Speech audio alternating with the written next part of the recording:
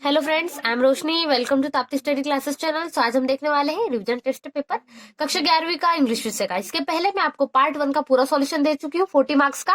अभी मैं बढ़ने वाली हूँ पार्ट सेकंड की और जो अगेन कितना है 40 मार्क्स का। तो 40 और 40 हो गया 18, तो हमारा इंग्लिश का पेपर है 18 मार्क्स का। तो अभी तक यदि आपने चैनल को सब्सक्राइब नहीं करा है तो फटाफट ताप्ती स्टडी क्लासेस चैनल को सब्सक्राइब कर लीजिए रिवीजन टेस्ट पेपर के सारे सॉल्यूशंस के लिए भी। और साथ ही यदि आपको कोई डाउट है all subject 9th to 12th all subject, यदि कोई भी सब्जेक्ट में आपको डाउट है तो आप पूछ सकते हैं कमेंट करके। जिस भी सब्जेक्ट में आपको डाउट है आप बता सकते हैं। कोई क्वेश्चन यदि आपसे नहीं बन रहा है तो आप उसको भी पूछ सकते हैं। साथ ही साथ यदि कोई चैप्टर में भी आपको डाउट है तो वो भी आप क्लियर कर सकते हैं। और साथ ही साथ आपको वीडियो को शेयर भी करना है ताकि आपके सारे फ्रेंड्स को भी इसका सॉल्यूशन मिले। तो चलिए देखते हैं क्या है हमारा पार्ट सेकंड। पार्ट सेकंड में हमें फर्स्ट है हमारा रीडिंग सेक्शन। तो मैंने यहाँ पर डाला है रीडिंग सेक्शन। तो रीडिंग सेक्शन में फर्स्ट है हमें एक पैसेज दिया है, उसको केयरफुली करना है, फिर उसके लिए नोट मेकिंग बनाना है और सुटेबल टाइटल भी देना है। तो यहाँ पर हम क्या करेंगे, हम सबसे पहले क्या करेंगे, उसका इस पैसेज को अच्छे से रीड करेंगे। रीड करने के बाद में हम देखेंगे कि इसकी नोट मेकिंग किस प्रकार बनेगी। तो मैंने यहाँ पे नोट मेकिंग बताई है। तो मैंने जो मेन हेडलाइंस है उनको दिया है ब्लैक कलर के, और जो सिंपल हेडलाइंस है सब हेडलाइंस है यानी कि उसको मैंने क्या दिया है ब्लू कलर से। तो यहाँ पे आप बना सकते हो। उसके बाद में हम इसका समरी भी बनाएंगे और इसकी रिकॉग्नाइज में हमें क्या बनाना है, एब्रीवेशंस भी देना है। तो ये भी मैं आपको बताऊंगी और साथ ही साथ इसका टाइटल भी। तो यदि आप पहले टाइटल लिखना चाहते हैं तो टाइटल भी लिख सकते हैं, इंपॉर्टेंस ऑफ नॉलेज। पर मैंने इसका लास्ट में लिखा, पहले मैंने नोट मेकिंग बना ली क्योंकि मुझे पूरा 1 पेज नोट मेकिंग के लिए चाहिए था, जो कि मेरा सिर्फ एक 1 पेज में आना चाहिए, इसलिए मैंने यहाँ पे टाइटल नहीं दिया है, बाद में मैंने टाइटल दिया। तो फर्स्ट अपन नोट मेकिंग देखेंगे। तो क्या होती है नोट मेकिंग, तो जो पेसेज हमें दिया है वो किसके ऊपर है, नॉलेज एजुकेशन के ऊपर है। तो जो फर्स्ट पैराग्राफ है वहां पर हमें पूरा नॉलेज अकॉर्डिंग मिलेगा, एक्वायर वेल्थ और किस प्रकार मनी है उसके बारे में हमें नॉलेज मिलेगा, सारा मनी के बारे में नॉलेज है। और जो सेकंड पार्ट है वो सारा हमारा मुंडक उपनिषद यानी कि जो हमारे वेद उपनिषद है उसके बारे में है नॉलेज, पूरा मतलब हमारे पुराणों से संबंधित है। इसी प्रकार से दिया गया है। तो पहला जो हमने बनाया है तो मनी के अकॉर्डिंग बनाएंगे, मेरे 2 पॉइंट्स उसके अकॉर्डिंग रहेंगे, और सेकंड जो 2 पॉइंट है वो स्पिरिचुअल अकॉर्डिंग रहेंगे, पर्पस एजुकेशन। तो देखिए पहला मैंने क्या बना है नोट मेकिंग के अकॉर्डिंग। तो यहाँ पर नोट मेकिंग का पहला पॉइंट मैंने क्या दिया है, we need of money for. यहाँ पर मैंने कैपिटल अक्षर में, आप भी कैपिटल अक्षर में बिल्कुल ऐसे ही बनाएंगे, आपकी नोट मेकिंग एकदम सुंदर दिखना चाहिए। आप यहाँ कलर पेन का यूज मत करिएगा कॉपी में, आप सिर्फ किसका, ब्लैक और ब्लू का यूज करेंगे। यहाँ पर मैंने हेडिंग के लिए यूज किया, फर्स्ट हेडिंग के लिए, पर आप यहाँ पे सिर्फ ब्लैक का ही यूज कीजिए। तो यहाँ पर क्या दिया है, we need of money for, हमें किस चीज की जरूरत पड़ती है, किस किस चीज के लिए मनी की जरूरत पड़ती है। तो देखिए वहां पर मैंने बताया। तो फर्स्ट पैराग्राफ में इसको आपका आंसर मिल जाएगा। तो क्या है, survive, earning, pocket money and purchase more things. ये अब यहाँ पे मैंने पॉइंट कैसे इंडिकेट की, पहले मैंने बताया कि हमें क्यों जरूरत पड़ेगी, तो 1 हो गया ये। सेकंड मैंने बताया मेन पर्पस, इसका मुख्य उद्देश्य क्या है एजुकेशन का। थर्ड एडवांटेज बताया मैंने, और फोर्थ में काइंड्स ऑफ नॉलेज बताया, तो हम बाद में देखेंगे। तो पहला पॉइंट है इसका, यदि हम पहला बताते हैं तो 1.1 से शो करेंगे, और इसी का दूसरा बताते हैं तो इसको 1.2 से शो करेंगे। और यदि ये 1 का ही मैं और बताऊंगी, तो यदि 1.1 का बताऊंगी तो 1.11 दूंगी इसको मैं। तो पहला मैंने यहाँ पे 2 ही बताया है। तो क्या होगा, we need of money for, हमें किस किस चीज के लिए जरूरत है। तो क्या हमें जिंदगी, हमें जीवन यापन करने के लिए, पैसा हमें जीवन पार्जन करने के लिए, और घर खर्चे, हमें जिस भी चीज के खर्चों के लिए चाहिए, हमारे दैनिक खर्चों के लिए, उसके लिए पॉकेट मनी के लिए मनी जरूरत पड़ती है। परचेस मोर थिंग्स, बहुत सारी चीजें, हर चीज खरीदने के लिए हमको पैसे की जरूरत होती है, बिना विदाउट मनी हम कुछ नहीं कर सकते। तो ये फर्स्ट पॉइंट यहाँ क्लियर होता है। सेकंड पॉइंट क्या है, मेन पर्पस हमारे एजुकेशन का क्या है। तो मेन पर्पस ऑफ एजुकेशन सब कैपिटल से लिखना है आपको, बिल्कुल यही पैटर्न में लिखना है आपको, कोई चेंजेस नहीं करना है। तो इसका मैंने 2 का 2.1 दिया, मतलब इसी दूसरे से पहला संबंधित है और उसका दूसरा भी संबंधित है। तो क्या है, एक्वायरिंग नॉलेज और टू फेस लाइफ, हमें अपने जीवन के उद्देश्य की प्राप्ति के लिए क्या करना है, हमारा एजुकेशन मुख्य उद्देश्य ज्ञान प्राप्ति। ज्ञान से हमें क्या करना है, ज्ञान प्राप्ति करना है, ताकि हम सारी चीजों को एक्वायरमेंट कर सके। तो यहाँ से मैंने पहला पॉइंट इसको दिया है, 2.2 दिया है, earn money and build characters. हमें क्या करना है, हमारे व्यापार, हम जो मनी, अर्न मनी हमारा सिर्फ उद्देश्य नहीं होना चाहिए, हमें सिर्फ पैसा कमाना है, हमें साथ ही इस प्रकार का कार्य करना है जिससे क्या हो, नॉलेज हो हमारे लिए। तो वो वाला कार्य हम करेंगे। यहाँ पे तीसरा पॉइंट देखते हैं क्या, एडवांटेज ऑफ एजुकेशन आर। तो जो तीसरा पॉइंट था, एडवांटेज ऑफ एजुकेशन आर, तो एडवांटेज क्या है, एजुकेशन के क्या लाभ है, तो किस प्रकार हम इसका लाभ उठा सकते हैं। तो देखिए तो क्या है एडवांटेज ऑफ एजुकेशन आर, तो मैंने टाइप्स से बताया। तो 3.1 दिया है तीसरे का पहला, can be used to making money, हम क्या कर सकते हैं, एजुकेशन को यूज कर सकते हैं किसमें, मनी के अकॉर्डिंग। अब 3.2 तीसरे का दूसरा पॉइंट है, एक्वायर्ड बाय इंडिविजुअल एफर्ट्स, यहाँ पर हमें क्या करना पड़ेगा, बहुत सारे इंटेलिजेंट इंडिविजुअल एफर्ट्स डालना पड़ेगा, तब हम एडवांटेज ले सकते हैं एजुकेशन का। सारी काइंड्स ऑफ हमने बताया। अब यहाँ पे फोर्थ में काइंड्स ऑफ नॉलेज क्या है, इन मुंडक उपनिषद। तो यहाँ पे हमारे जो उपनिषद है, पुराण है, कथा पुराण है, महापुराण है, इनके बारे में हमने डिटेलिंग की है, जो हमें पैसेज में दी गई है, हमने पैसेज के अकॉर्डिंग की है। तो क्या होंगी, किस प्रकार होंगी, देखिए मैं बताती हूँ। तो 4 का 4.1 होगा अपर्व विद्या। तो मैंने यहाँ पे दिया है कि किस प्रकार हमें ज्ञान प्राप्त होगा उससे, तो 4 का ही मैंने क्या दिया, 4.1 का 1 ऑप्शन है, तो इसको देंगे 4.1.1 यानी कि 1 का 1। Acquired by study of Vedas rituals act. अब यहाँ पे मतलब हम स्टडी करते हैं रिचुअल्स के बारे में, हमारे धार्मिक ग्रंथों के बारे में हमें पता चलता है, तो ये वो पॉइंट हो गया। अब 4.2 क्या है, पर्व विद्या। यही मैंने क्या दिया, अपर्व विद्या का पर्व विद्या सेकंड पॉइंट उसको दिया है। तो इस प्रकार हम बात अपर्व और पर्व दोनों ही सम्मिलित है इसमें, कि किस प्रकार हम विश्वास करते हैं और किस प्रकार हम उसको नॉलेज में कंसिडर करते हैं। इसी का 4.2.1 है, मतलब 4.2 का ही पहला, कि knowledge of the imperishable being of और गॉड। हमें गॉड के बारे में नॉलेज मिलता है कि गॉड ने किस प्रकार की क्रिएटिविटी की है और हमें किस प्रकार की चीजें दी है। तो यहाँ पे नोट मेकिंग पूरी एंड होती है हमारी। अब मैं इसके एब्रिविएशंस बताती हूँ किस प्रकार होंगी। तो जैसा कि मैंने बताया था इसके एब्रिविएशन किस प्रकार होंगे, तो जो हमें मेन पॉइंट इसमें मिले तो उसके अकॉर्डिंग हमें एब्रिविएशन देना है। तो क्या हो जाएगी, पहले एक्वायर यानी कि एसीक्यू डॉट्स को दे दूंगी मैं, तो एजुकेशन को .edu या edu में शो कर दूंगी, और एडवांटेजेस को एडवांट कर दूंगी, और कोमोडिटी यानी COMM। तो यहाँ पे एब्रिविएशंस हो गई, ये बहुत इजीली है, आप चाहे तो उसको कॉलम विद अकॉर्डिंग बना सकते हैं। अब टाइटल मैंने जैसा कि बताया था, फर्स्ट में मुझे नोट मेकिंग के लिए पूरा फुल पेज चाहिए था, इसलिए मैंने वहां पर ये कर दिया। आप टाइटल में अकॉर्डिंग सामने भी दे सकती थी, आप चाहे तो इसको फर्स्ट में दे सकते हैं, इंपॉर्टेंस ऑफ नॉलेज, यानी कि नॉलेज का कितना महत्व होता है वो मैंने बताया। ये पूरा पेज उसी पे आधारित है। तो यहाँ क्वेश्चन नंबर ए पूरा सॉल्व हो गया। अब मैं बढ़ती हूँ क्वेश्चन नंबर बी, जो कि क्या है, हमें समरी दी गई इसकी, तो समरी में बताती हूँ किस प्रकार होंगी। तो यहाँ से समरी इस प्रकार होंगी कि we need of money for survive earning pocket money, क्योंकि जो हमने नोट मेकिंग बनाई उसी पे आपको इसको बनाना है। तो यदि आपको नहीं आ रही बनाते पूरा नोट मेकिंग का सारे यहाँ पे ऐड करना, तो यदि आपको नहीं आ रही तो जो मैंने पॉइंट दिए उसको मिक्स करके आप यहाँ बना सकते हो समरी को। तो वही मैंने बनाया है कि we need of money for survive earning pocket money and purchase more things, ये मैंने दिया था point 1। Main purpose of education are acquiring knowledge to face life and earn money and build character. यही मैंने दिए थे, सारे पॉइंट्स को मैंने साथ में मिक्स कर दिया, तो मेरा समरी बन गई। क्योंकि यदि मुझे समरी में से ही दी जाए नोट मेकिंग करने, तो मैं समरी में से क्या करूंगी, छाट के इसको फर्स्ट दे दूंगी, सेकंड पॉइंट पर्पस दे दूंगी, ऐसा वही बनेगा मेरा पॉइंट। तो वही मैंने बताया है। अब फोर्थ ही हमारा पॉइंट था क्या, थर्ड, एडवांटेज ऑफ एजुकेशन, क्या लाभ है उसके। R can be used to making money acquired by individual efforts, kinds of knowledge in Mundak Upanishad, Aparva Vidya acquired by study of Vedas, rituals act पूरा विद्या knowledge of the imperishable being और God. यही हमने जो note making बनाया उसका पूरा हमने यहाँ पे सार लिख दिया कि मनी से हम क्या क्या जरूरत कर सकते हैं, हम सारी चीजों के लिए मनी, और एजुकेशन हम क्या है, हमारे फायदे एजुकेशन के, हम इसके द्वारा मनी को किस प्रकार काइंड में, डिफरेंट इंडिविजुअल एफर्ट्स में काइंड्स में बैठ सकते हैं एजुकेशन को, और यही हमारे लिए नॉलेजेबल होता है। तो यहाँ पे मैंने पूरा बता दिया समरी का। अब मैं बढ़ती हूँ नेक्स्ट क्वेश्चन की ओर। तो वहां पर हमारा क्या हो गया, हमारा पूरा रीडिंग सेक्शन एक्सप्लेन हो गया। अब राइटिंग सेक्शन की ओर बढ़ती हूँ। ये है 16 मार्क्स का, तो राइटिंग सेक्शन बहुत इंपॉर्टेंट है, आपको ध्यान से करना है, बिल्कुल गलती नहीं करना है। तो राइटिंग सेक्शन में मुझे क्वेश्चन नंबर 2 में दिया गया 2 अथवा है, मेरा एक अथवा भी है। तो यहाँ पर हमें एक पहले दिया है कि कल्चरल प्रोग्राम ऑर्गेनाइज करना है स्कूल में, तो उसके लिए नोटिस बनाना है किस प्रकार होगा, और उसके अथवा में भी हमें क्वेश्चन दिया है, तो मैंने यहाँ पे पहले ही किया है कि किस प्रकार हम उसके लिए ऑर्गेनाइज करेंगे कल्चर प्रोग्राम। तो चलिए देखते हैं, हमें जो दिया गया मैंने उसी के अकॉर्डिंग पुट ऑन की है वैल्यू, आपको भी सेम करना है जो कि मुझे दिया गया है। तो government higher secondary school Bhopal के अकॉर्डिंग दिया है, जो नोटिस बना रही हूँ मैंने आज की डेट लिख दी है किस प्रकार होंगी, और हेडिंग क्या है, द कल्चरल प्रोग्राम, मुझे कल्चरल प्रोग्राम के ही बारे में बताना है। तो अब यहाँ पर क्या ऑर्गेनाइज करूंगी मैं बताती हूँ। तो अब कल्चरल प्रोग्राम में क्या होगा, the school is organizing a cultural program on 13/11/2020, मतलब 30 नवंबर को ऑर्गेनाइज करने वाली culture program in our school, हमारे स्कूल में, all students from class 6 to 12, कक्षा 6वीं से कक्षा 12वीं तक के सभी बच्चों को पार्टिसिपेट कर सकते हैं, can participate in the program, in dance program, music और कोई भी प्ले में वो पार्टिसिपेट कर सकते हैं, हमने बताया है, म्यूजिक और एनी प्ले।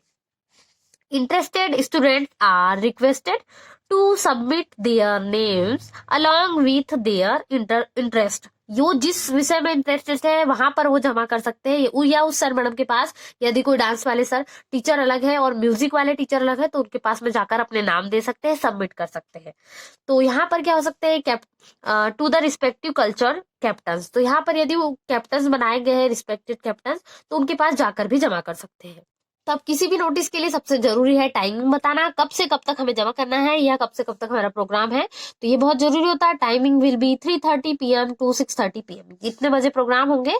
तो ये नरेन या नम्रता जो भी हमें दिया है, तो the cultural secretary of government higher secondary school Bhopal. तो यहाँ पर कल्चरल सेक्रेटरी ने पूरा ये नोटिस लगा है। जैसे कि आप स्कूल में देखते होंगे कई बार नोटिस आते हैं प्रैक्टिकल एग्जाम्स के, प्रायोगिक परीक्षा वगैरह के सबके, तो वहां पर नोटिस लगा रहता है, टाइमिंग लिखी रहती है, इतने बजे आपको उपस्थित होना है। वही हमें यहाँ पे बताया, तो वही सेम मैंने कल्चरल प्रोग्राम के लिए बताया। तो यहाँ पे हमारा क्वेश्चन सॉल्व होता है। बढ़ते हैं नेक्स्ट क्वेश्चन की ओर।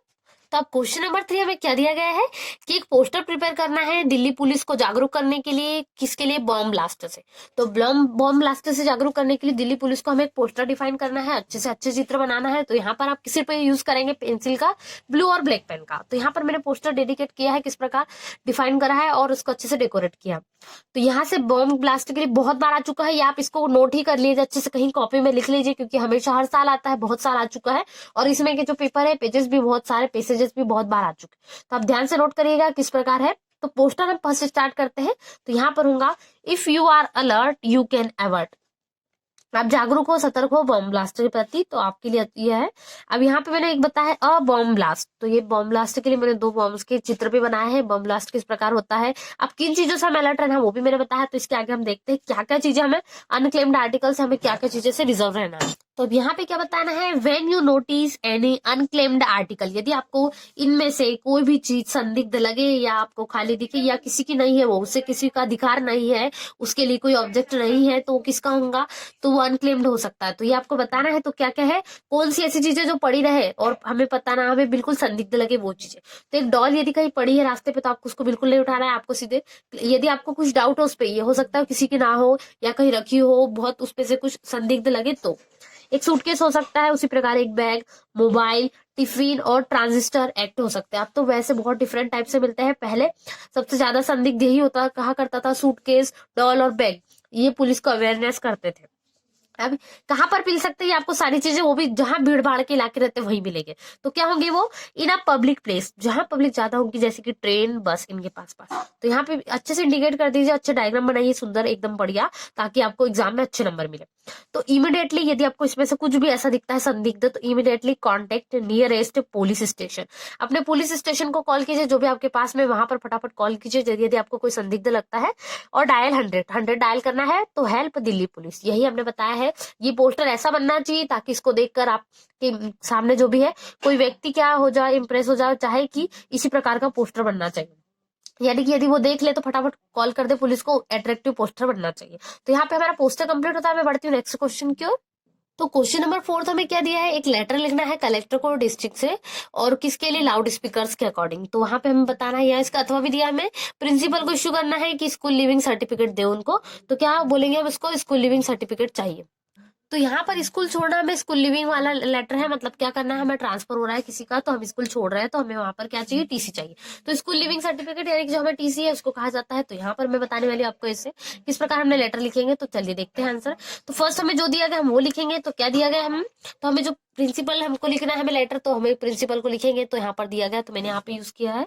तो to the principal government higher secondary school Bhopal MP, pin code भी दे दिया है मैंने भोपाल का। तो यहाँ पर सब्जेक्ट होगा, सब्जेक्ट क्या है, हमें स्कूल लिविंग सर्टिफिकेट चाहिए यानी कि TC. Letter for transfer certificate वही होता है, यानी कि लिविंग यानी छोड़ना ही होता है स्कूल, तो वहां पे छोड़ने के बाद में हमें एक सर्टिफिकेट दिया जाता है, वही टीसी कहलाता है। तो लेटर फॉर ट्रांसफर सर्टिफिकेट या टीसी शॉर्ट में। अब रिस्पेक्टेड सर या मैम, तो अब यहाँ से हम रिस्पेक्टेड सर, तो अब हम प्रिंसिपल सर को लिख सकते, तो सर भी यूज कर सकते हैं। अब यहाँ से मैटर क्या होगा, I am a regular student of class 11th in your school. My father has been government service. मेरे पिताजी, या तो आप लिख सकते हैं my father has government teacher in a school, ऐसा भी लिख सकते हैं चाहे तो। He has been transferred to Delhi. उनका दिल्ली ट्रांसफर हो गया है। So kindly issue my transfer certificate, और या बोल सकते हैं आप leaving certificate. I have paid all my dues and returned the library books. मैंने मेरी सारी फीस पे कर दी है, आप मुझे दे सकते हैं, मेरा रिकॉर्ड पूरा क्लियर है। और लाइब्रेरी बुक्स की भी मैंने वापस रिटर्न कर दी है। तो यहाँ से मेरा पूरा रिकॉर्ड क्लियर है। तो यहाँ से क्या हो जाएगा, thanking you yours obediently, name, class और रोल नंबर आप डाल सकते हैं। यहाँ पे आपको जो भी डालना है, अपना name, class, roll number, date यहाँ डाल सकते हैं। तो यहाँ से क्या होता है, हमारा लेटर कंप्लीट होता है। मैं बढ़ती हूँ नेक्स्ट क्वेश्चन की ओर। तो हमें पार्ट अब सेकंड में क्या दिया गया, question number 5, right a speech in 1 to 20 150 words on. हमें इसमें लिखना है 120 से 150 शब्दों में। एक विजिट टू हॉस्पिटल, जब हम हॉस्पिटल में गए तो वहां पर क्या क्या इंक्वायरीज हुई, नर्स डॉक्टर्स वगैरह की, वो भी लिख सकते हैं आप। डॉक्टर रूम में जाके, नर्स रूम में किस प्रकार हुआ। पर मैंने यहाँ पे आर्टिकल बताया है 120 से 150 शब्दों में कि क्या हुआ, एक एक्सीडेंट हुआ किसका, बस और ट्रेन के बीच में। तो बस किस प्रकार फास्ट स्पीड जा रही थी, कितने लोग मरे उसमें, पुलिस क्या हुई, इंक्वायरी क्या हुई, रेस्क्यू कैसे हुआ, हॉस्पिटल में कैसे पहुंचा गया जो बच्चे मरे थे उनके बीच में, क्योंकि हम जो बता रहे एक बस के, तो यहाँ पर मैं बच्चों की बस के बारे में बताने वाली हूँ और ट्रेन कैसी हुई। तो वही एक्सीडेंट हम बताने वाले हैं। तो किस प्रकार होगा हमारा आर्टिकल, तो चलिए देखते हैं। तो फर्स्ट आप बढ़िया से हेडिंग दे देंगे, आर्टिकल किस प्रकार आर्टिकल बता रही हूं मैं। तो क्या होगा हमारा, तो यहाँ पर हम आर्टिकल अच्छे से बताएंगे तो होगा and accident between school bus and train. तो यहाँ पर मैं बता रही हूँ एक्सीडेंट किसका हुआ, स्कूल बस और ट्रेन का हुआ। तो क्या क्या हुआ उसमें, कितने बच्चे थे, किन बच्चों को चोट आई, पुलिस रेस्क्यू क्या हुआ, हॉस्पिटल कैसे गए, वो पॉइंट्स के अकॉर्डिंग मुझे बताना है, तो मैं वही यहाँ पॉइंट अकॉर्डिंग बताऊंगी। तो क्या होगा, पहले आप 20 इस प्रकार से भी लिख सकते हैं। तो 20 स्टूडेंट्स उसमें बस में सवार थे एंड ड्राइवर ऑफ स्कूल, और उसमें एक ड्राइवर भी था। बस were killed and 90 children injured when a passenger train it at a named level crossing near Tikamgarh district about 40 kilometre from Sujanpur on Monday morning. ये क्या है, सुजानपुर मंडे मॉर्निंग की बात है, जब क्या जा रहे थे, 20 स्टूडेंट जा रहे थे ड्राइवर स्कूल के साथ में। सभी 19 बच्चे को क्या हुआ, इंजरी हुई और पैसेंजर को भी। तो यहाँ पर क्या हुआ, तो ये सब कुछ कब हुआ, टिकमगढ़ डिस्ट्रिक्ट के आसपास हुआ, अबाउट 40 किलोमीटर टिकमगढ़ डिस्ट्रिक्ट से दूर, सुजानपुर जगह पे। टिकमगढ़ से 40 किलोमीटर दूर सुजानपुर जगह पे सब कुछ हुआ। वहां पर 19 बच्चे क्या हुए, इंजर्ड हुए हैं, इस प्रकार हमने बताया है। अब इंजर्ड स्टूडेंट में क्या हुआ, उस हम बताते हैं उनको कहाँ ले गया, किस हॉस्पिटल में ले गया। तो यहाँ से इंजर्ड स्टूडेंट को, the injured students were first rushed to Balaji and N N hospital in Tikamgarh MP. तो यहाँ पर वहां बालाजी और एनएन हॉस्पिटल में ले गया। The school bus driver tried to speed fast. School bus driver क्या चाहता था कि फटाफट वो आगे निकाल ले। Collided with speedy train resulting in the ghastly accident. एकदम अचानक से एक्सीडेंट हो गया और वो क्या आगे बढ़ना चाहता था, स्पीडली बस को ड्राइव कर रहा था, इस वजह से सारा एक्सीडेंट हुआ, ये हमने बताया। अब पुलिस और रेस्क्यू का पॉइंट किस प्रकार होगा, तो देखिए, police and rescue teams had a torrid time in removing the debris and the mutilated bodies from the accident. Spot family members of the victims rushed to the spot and were seen wailing over the bodies of the children. A pall of gloom descended on the villages from where the students held. ये क्या हुआ, police rescue ने करा, जहां पर क्या हुआ था, बच्चे फंसे हुए थे, वहां पर गए और बच्चों को इस रेस्क्यू किया, वहां पर बच्चों को बचाया। जो बच्चे क्या थे, थोड़े सुरक्षित थे, जिनको थोड़ी चोट लगी थी उनको फटाफट हॉस्पिटल लेके गए। वहां पर विलेजेस ने भी मदद की, वहां फैमिली मेंबर्स भी, विक्टिम्स भी, उनके बारे में पुलिस ने सर्वे करा, किस प्रकार क्या हुआ, घटना किस प्रकार हुई, सब कुछ पूछा। तो यही पुलिस और रेस्क्यू में पूरा बताया गया है। तो अब मैं नेक्स्ट पॉइंट को देखती हूँ क्या है। तो अब इंजर्ड स्टूडेंट को कहाँ हॉस्पिटल किस प्रकार ले गया, कौन कौन थे उनके नाम में बताती हूँ। The injured student taken to hospital and following are the students who were killed. जो बच्चे मर गए थे उनके नाम है राज, रामकुमार, लक्ष्मी, सपना, भागवती, रतिराम, जीतू, विनोद, ईटीसी। आप लिख सकते हैं ईटीसी। तो यहाँ पर एंड और नाम भी ऐड कर सकते हैं यदि करना चाहते हैं तो। The identity of remaining students who died eight private hospital. अब क्या थी, उनकी आइडेंटिटी बची थी, जो बच्चे जिनकी प्राइवेट हॉस्पिटल में उनकी नहीं आई थी सामने, तो यही है। In Tikamgarh is yet to be known. तो यहाँ पर टिकमगढ़ के बारे में हॉस्पिटल का हमने पूरा बता दिया, क्या क्या हुआ वहां पे, किस प्रकार घटना हुई, वहां इंजर्ड स्टूडेंट, पुलिस रेस्क्यू और कितने बच्चे को किस प्रकार ड्राइवर फास्टली चला रहा था, वो भी कारण बता दिया। तो यहाँ पर हमारा सॉल्व होता है ये क्वेश्चन। अब बढ़ते हैं नेक्स्ट क्वेश्चन की ओर। तो क्वेश्चन नंबर 6 हमें क्या दिया गया है, क्वेश्चन नंबर यहाँ पे हमने 5th सॉल्व कर चुके हैं। अब क्या है 6, हु वॉज किंग टर्ड बताना है, और अथवा है why did the grand mother hate music. Grand mother क्यों नफरत करती थी संगीत से, म्यूजिक से। तो मैं उसका आंसर देने वाली हूँ ग्रैंड मदर का। Grandmother hated music because to her music had lewd associations. It was the manipulation of harlots and beggars and not fit for the tastes of gentlefolk. She was very disapproving of music. उनको नहीं पसंद था, क्योंकि वो disapprove थी उसे, मतलब उनको पसंद नहीं था। उनको लगता था कि ये जो सारे लोग हैं इनके लिए वो थोड़ा म्यूजिक अवेलेबल नहीं है, ऐसा उनको लगता था। इस वजह से उनको पसंद नहीं था और अपने म्यूजिक को करना। अब क्या है, फॉर दैट रीजन, इसी कारण grandmother considered that music has allowed vulgar association. तो कैसा है, वो ऐसा मानती थी कि एसोसिएशन जो संगठन है उसके अकॉर्डिंग उनके लिए म्यूजिक अच्छा नहीं था, तो कंसीडर्ड ऐसा ही करती थी। तो यहाँ पे मैंने क्वेश्चन नंबर 6 एक आंसर दे दिया। अब मैं बढ़ती हूँ क्वेश्चन नंबर इसके बी की ओर।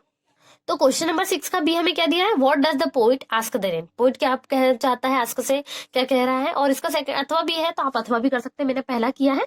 The poet ask the rain to give its introduction, उसको अपना परिचय बताने बोलती है, and identity because he wanted to know, क्योंकि कवि जानना चाहता है, its origin and the purpose, उसका उद्देश्य क्या है, that its served in the world, जो क्या होती है वो सारे दुनिया में बांट रही है, सारे दुनिया में सबको देती है, तो क्यों है, इसका रीजन जानना चाहता है कवि। तो यहाँ पे हमारा बी सेक्शन पूरा कंप्लीट होता है। मैं बढ़ती हूँ नेक्स्ट क्वेश्चन की ओर।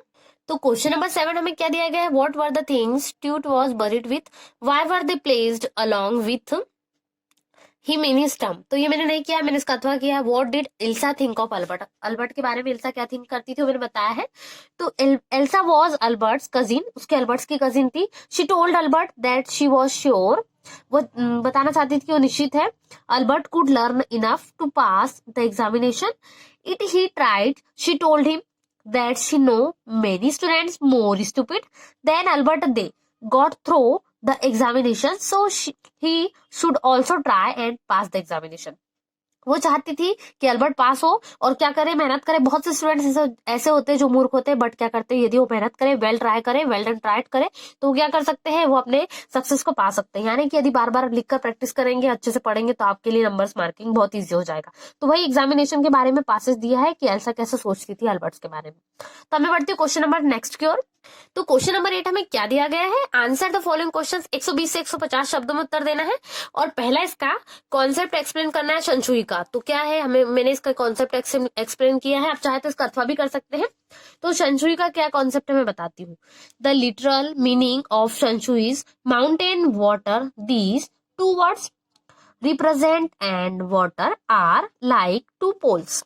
तो यहाँ उसका मीनिंग है, वर्ड्स में रिप्रेजेंट और वाटर, जैसे कि पोल्स के अकॉर्डिंग बताया है कि इस प्रकार माउंटेन से water.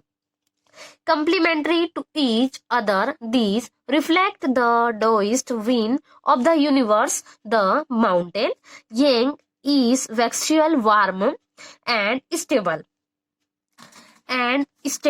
It is masculine, and wine, that is जैसे कि water, lies horizontally and is female. The unpainted wild space in the Chinese landscape, man is the conduit of means of communication between heaven and earth। अर्थ के और men's के बीच में communication या संचार किस प्रकार होगा ये बताया गया है। हेवन के बाद में एंड अर्थ है, तो आप वो लिख सकते हैं एंड अर्थ। तो यहाँ कंप्लीट कर लीजिए। और ये क्या हो गया आपका, यहाँ पर मैंने क्वेश्चन नंबर 8 तक पूरा हो गया है। अब इसका सेकंड जो हमें कॉन्सेप्ट बताना है, वो सेकंड कॉन्सेप्ट हम देखते हैं। अभी हमने इसका ही कॉन्सेप्ट देखा है। तो अब जो सेकंड कॉन्सेप्ट है वो किसका है, the terms outsider, art and art brut. तो ये हमें दो कॉन्सेप्ट बताना था 120 से 150 शब्दों में। अभी क्वेश्चन नंबर 8 ही है हमारा, क्वेश्चन नंबर 9 हमने स्टार्ट नहीं करा है, तो अब उसी का मैं बताती हूँ आपको concept. Outsider art is raw in its form, it is the products of a genius. ये क्या है, प्रोडक्ट है, who has got on formal training, यहाँ पे फॉर्मल ट्रेनिंग जो लेता है। In art such artist yet they forage on the basis of their talent. ये उनके टैलेंट के अकॉर्डिंग होती है, यहाँ पे बहुत प्रैक्टिस लगती है, बहुत जीनियस जो है उनको बहुत प्रैक्टिस अकॉर्डिंग लगती है। Anything and everything could be used for this work, यहाँ पर हमें सब कुछ करना होता है, कोई भी चीज को छोड़ नहीं सकते। छोटा सा छोटा पॉइंट हमारे लिए महत्व रखता है। Could be used for this work of art, यह बहुत कला है, बहुत बड़ी कला है, यहाँ पर सीखने के लिए आपको सब कुछ यूज करना पड़ता है। Thus it's totally different from the concept of traditional art, traditional art से बिल्कुल डिफरेंट होती है। The rock red and created by neck channel of Chandigarh is the best example of raw art. तो ये बहुत बेस्ट एग्जाम्पल है चंडीगढ़ में। तो यहाँ बढ़िया आपको एग्जाम्पल मिलेगा, सबसे अच्छा एग्जाम्पल मिलेगा चंडीगढ़ में।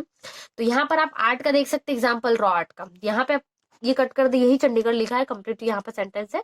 तो ये रॉ आर्ट का बेस्ट एग्जाम्पल है। यहाँ ट्रेडिशनल आर्ट से बिल्कुल डिफरेंट होता है इसका आर्ट। अब यहाँ पे 8 पूरा हो गया क्वेश्चन हमारा। अब 9th की ओर बढ़ती हूँ। तो हमारा लास्ट क्वेश्चन है क्वेश्चन नंबर 9। तो चलिए इसको देखते हैं। Ranga clearly told the narrator that he had no plan of marrying in near future, he would marry a nature girl whom he could admire the narrator was distressed to hear it. Ranga clearly कहता है narrator से कि that उसका कोई plan नहीं है marriage करने का, वही बताया गया हमें रंगा और रत्ना के बारे में। तो यहाँ से वही कहानी है कि it he thought Ranga would make a good husband but he had decided to remain a bachelor. वो बन सकता है अच्छा, पर वो चाहता है कि बैचलर ही रहे फॉर लॉन्ग, लंबे समय तक, शादी नहीं करना चाहता है। The narrator made up his mind, उसके नरेटर उसका दिमाग में बता देता है दैट ही वुड गेट रंगा मैरिड सून, जल्दी ही शादी के बारे में बताते हैं। He had a girl in his mind, उसके दिमाग में क्या रहती है, एक लड़की रहती है। Ratna was a pretty girl of 11। तो रत्ना क्या थी, एक सुंदर लड़की थी। Ratna was a pretty girl of 11। She was the niece of his friend Rama, how to play the veena and the harmonium. Both her parents had died. Ranga was just the boy for her and she was the most suitable bride for him. तो सोचता था कि ये इसके लिए सही लड़की है, इस प्रकार से ऐसा उसने सोचा। अब आगे क्या होता है। It was Friday. It was Friday that day. Ratna was wearing a grand sari. The narration asked her to sing a song. उसको कहते हैं गाना गाने के लिए। नरेटर कहता है he sent for Ranga while she was singing a song. Ranga stopped to stop. रंगा उसको क्या कहता है कि रुको। जब वो गाना गाना स्टार्ट करती है तो ग्रैंड पहले तो अच्छे से वो वियर अप होके आती है, फिर बाद में उसको बोलते हैं कि रुको। फिर आगे क्या होता है। तो ये मैक्सिमम हमारा 2 नंबर का 2 पेज का कम से कम मैक्सिमम आंसर है 9th का। तो अब चलिए इसको आप और कंप्लीट करते हैं। अभी आगे और बच्चा हमारा एंड नहीं हुआ है। He was also curious to see the singer carefully. He peeped in Ratna. Peeped यानी क्या होता है, झांकना, मुंडी उठा के झांकना होता है। Looked up and spying a stranger standing there appropriately stopped. उसको स्टॉप क्यों कहा था वही बताता है, देखना चाहता है। She was also curious to see the singer. She stood at a distance. He repeatedly claimed her. He felt sorry. जब उसने रोका था गाने के लिए तो अब वो सॉरी फील करता है। That his coming in stopped the singing. But he did not leave Ratna, पर वो रत्ना को छोड़ना नहीं चाहता था। Ran inside overcome by shyness. अब उसको थोड़ा लज्जित होता है। After a while, he asked the narrator about the girl. He also asked if she was married or not. ये उसे कह देता है यदि शादी करना चाहती है नहीं। The narrator knowingly told a lie that she was married a year ago. रंगा वो बोलती, नरेटर जानना चाहता है कि क्या इनकी पहले से मतलब 1 ईयर शादी होगी। रंगा फैज श्रीवर्ल्ड it was a clear sign, यह उसकी तरफ से सही इंडिकेटर था, मतलब पूरा तरीके से इंडिकेट था that the boy had developed liking for Ratna. तो यहाँ पर हमारा क्वेश्चन नंबर 9 पूरा कंप्लीट होता है। तो यहाँ से मैंने पूरे सॉल्यूशन दे दिया आपको इंग्लिश के। तो यहाँ से हमारा क्वेश्चन पार्ट पूरा सेकंड क्लियर होता है 11th का इंग्लिश का। तो आपको वीडियो पसंद आया तो प्लीज शेयर जरूर कीजिए और साथ ही साथ सब्सक्राइब भी कीजिए। और आगे वाले सारे आपको यदि कोई टॉपिक्स क्लियर नहीं होता है कोई भी सब्जेक्ट में तो आप कमेंट करके पूछ सकते हैं। तो अब यहाँ पे मैं चैप्टर वाइज आपके सारे डाउट्स क्लियर कराऊंगी। यदि आपको कोई टॉपिक नहीं बनता है तो वो भी आप पूछ सकते हैं। Thanks for watching.